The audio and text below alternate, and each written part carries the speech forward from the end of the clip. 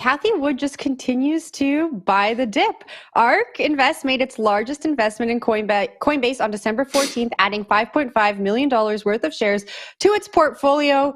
Coinbase's stock fell 86% this year, but I think it's clear that Cathie Wood sees this as a time to buy. She's backing up that Bitcoin thesis. She's not slowing down. I think it's great to see. She recently also purchased 22,514 shares of Tesla, worth just 9% for the year. Will, I know you love talking about ARK Invest and Cathie's Coinbase buys, so I'm tossing it off to you. Yeah, I mean, it's interesting to see a fund come out and purchase some down assets when no one else is interested in buying, right? So they've bought Coinbase a few times recently. They've bought some digital currency group or the Grayscale product. I'm just blanking on what's called right now, the Grayscale Bitcoin product, which is also down. Yeah.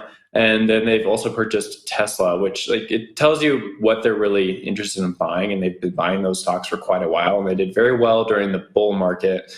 But they seem to be holding on to that thesis during the bear market, which is pretty notable. For Coinbase has an interesting story right now because they're the largest U.S. exchange. They're public when a lot of other teams are not public. They're able to pull that off during the bull market.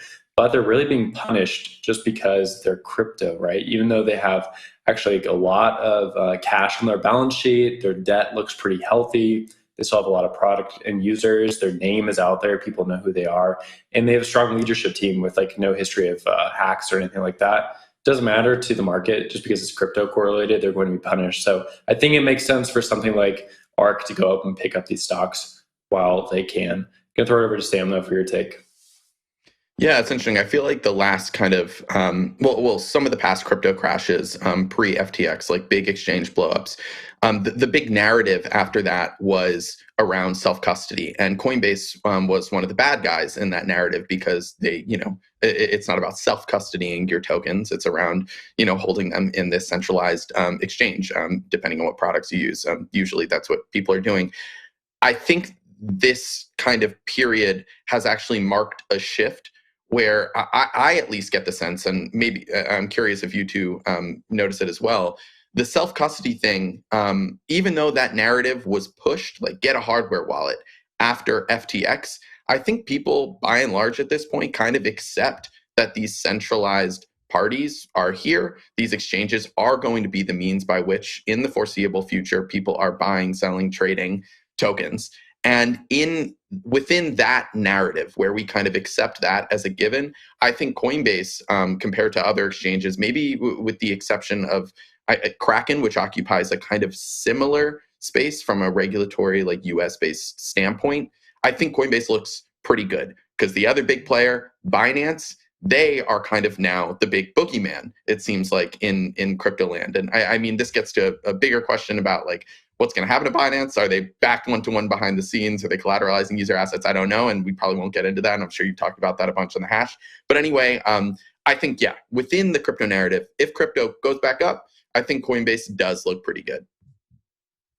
Yeah, Sam, I agree with you. I just want to clarify one thing. Will was referring to the Grayscale Bitcoin Trust, which is owned by Digital Currency Group, which also owns CoinDesk. So a little disclosure there. And Sam, I totally agree with you. I think these centralized players are what is appealing to people who don't operate in this space every day. And we need to remember that population is really small. CZ came out a few weeks ago and said, self-custody isn't really all that you think it is. A lot of people are going to lose their money in self-custody. I think when he said it, it was probably self-serving. He was responding to what was happening with Binance at the time. But I think in large part, he is right. We are used to having centralized players hold our money for us. We trust these centralized players, these banks, to hold our money. And if something happens to that money, there are people who are responsible who will be held accountable. And so this whole notion of self-custody is something that I think is really foreign to the majority of people. And we have a long way to go until that's a reality. And for those reasons, I think Coinbase